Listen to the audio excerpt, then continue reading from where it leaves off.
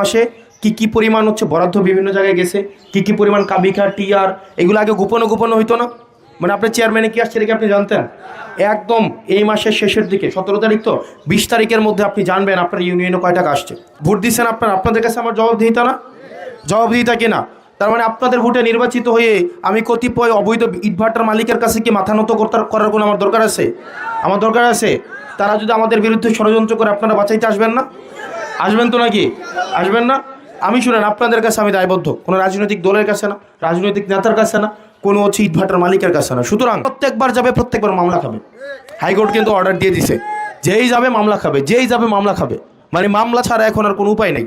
আপনি যদি অবৈধ মাটি কাটতে যান, যেই যাবে মামলা খেয়ে আসতে হবে। এটার মধ্যে হচ্ছে তাদের টাকা লাগায়, এটাকে কি যেন বলে, পত্তন ইট কিনে, দাদন ইয়েস, দাদনে ইট কিনে।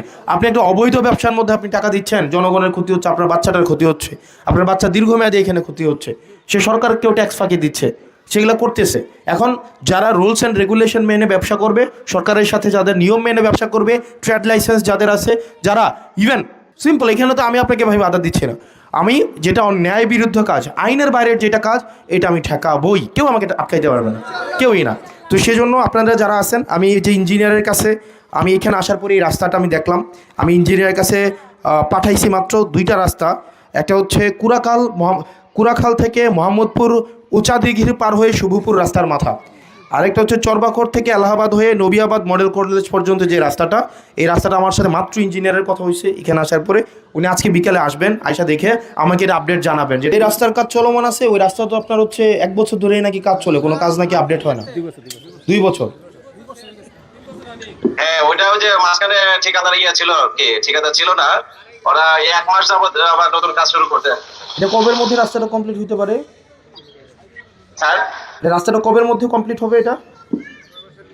আমরা তো চাচ্ছিলাম স্যার, ওদেরকে বলে দিছি যে জুনের মধ্যে শেষ করার জন্য আর কি। এটা তো ফেব্রুয়ারি, মার্চ, এপ্রিল, না এটা তো অনেক দিন। জুন তো মাঝখানে বৃষ্টি হয়ে যাবে, বৃষ্টি হলে তো কাজ করতে পারবে না। আমরা স্ট্রিক্টলি ভাবে বলে দিছি স্যার, যদি ওরা জুনের মধ্যে শেষ না করতে পারে তাহলে আমরা ওদের প্ল্যানটি করে বের করে দেবো আর কি।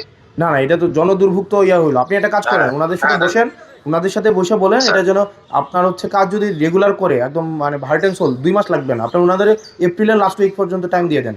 টাইম দিয়ে ওনাদেরকে অবশ্যই এপ্রিলের মধ্যে, কারণ বৃষ্টি শুরু হলে কিন্তু কাজ করতে পারবে না। আর হচ্ছে 1 নম্বর রাস্তাটা